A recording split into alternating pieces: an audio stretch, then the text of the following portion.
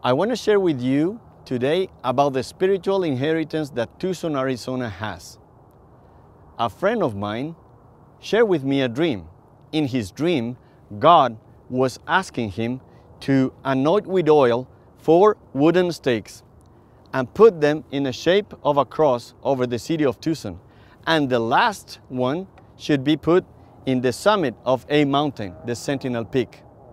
So from his dream, I went into the internet and some maps, and I was amazed to see that there's a shape of a cross over the city of Tucson. There's a lot of landmarks, natural landmarks like mountains, valleys, rivers, and then as well artificial landmarks, human-made, like streets, avenues, corners, names that point out a cross. As I began exploring this concept of a cross over Tucson on Google Earth, I began at the peak of a mountain and drew a horizontal line across the valley to the eastmost street at the base of the Rincon Mountains. And this street happens to be called Freeman. I found it very interesting that the name of this street is Freeman, because the cross make the man a free man. And it also happens that the left end of the horizontal beam aligns with the freeway in front of a mountain. Next, I measured and found the exact center between a mountain and Freeman, where I discovered a few interesting findings. One is a street called Eli Drive.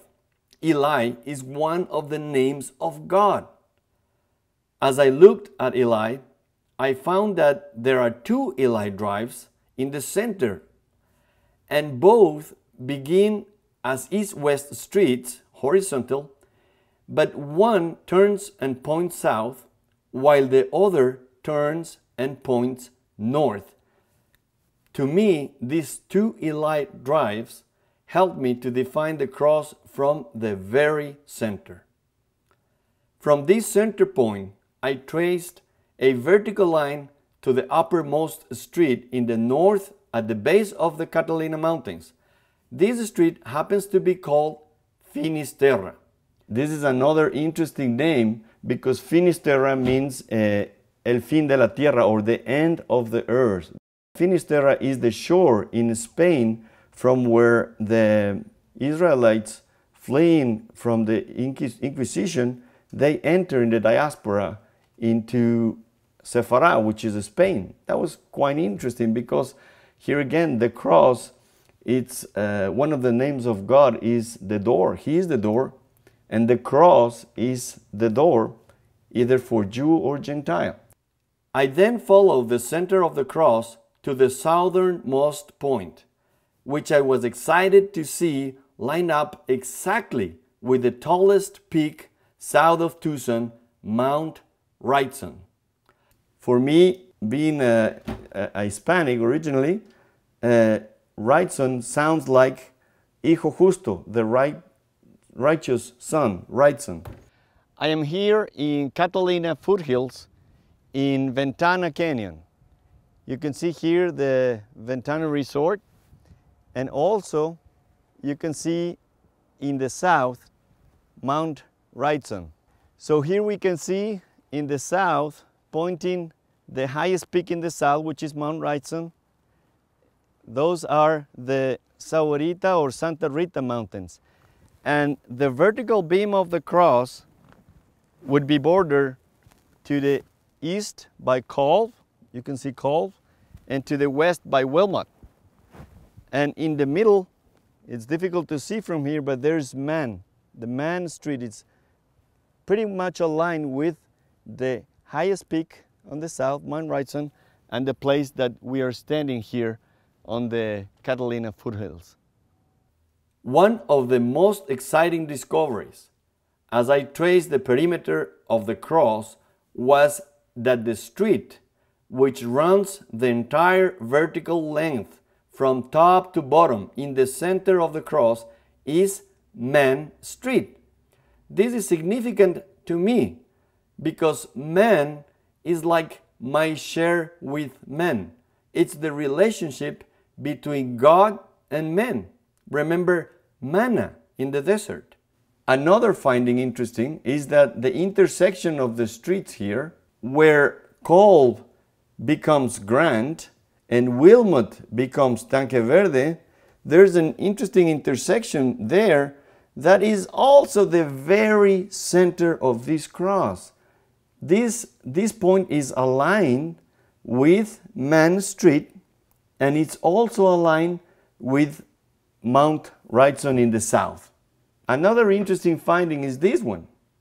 The name of the park in the center of the cross is Palo Verde Park, which is was very interesting to me because Jesus, when he was carrying the cross, and you can find that in Luke 23:31, Jesus says, if these they are doing with the green wood, what they would do with the dry one. And greenwood in Spanish is Palo Verde. I also noticed in the center of the cross that the streets form some Hebraic letters. Here is an Aleph laying on the side, and here is the Tzaddik, turn it upside down. The Tzaddik, which is the righteous one, the Tzaddik lives by his faith. The form of the letter Tzaddik resembles that of the Aleph more than any other letter. That's quite interesting.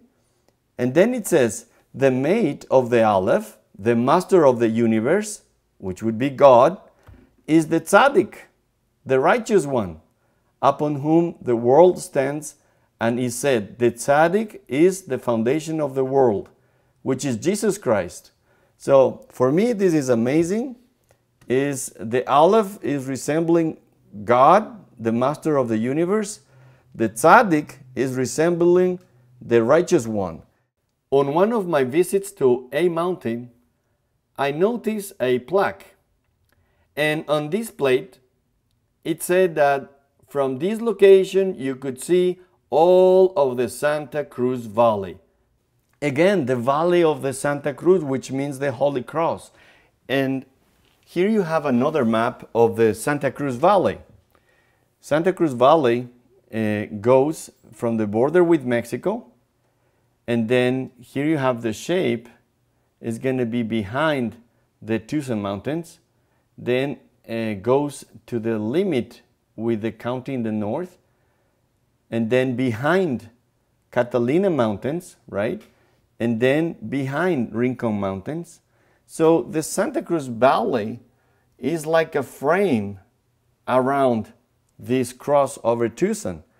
And interestingly enough, Padre Kino in the late 1600s, he came and he declared this land belonged to Jesus. God never forgot the agreements with men. So I think God is keeping his agreement with Padre Kino that this land belongs to Jesus Christ. And I think these findings are helping us gain back what belongs to Jesus Christ. There is a cross over the city of Tucson. There is a spiritual inheritance in this state and in this city. I think Tucson is the spiritual capital of Arizona. And I think every spiritual leader should look at these findings and evaluate by themselves. And more than that, unite and come together for prayer over this city, because this city belongs to Jesus Christ. I feel that every spiritual leader in Tucson shall come in unity and acknowledge there is one church in this city that belongs to Jesus or Yeshua, and join together in a symbolic act of anoint this city with wooden stakes on these 4 points of the cross.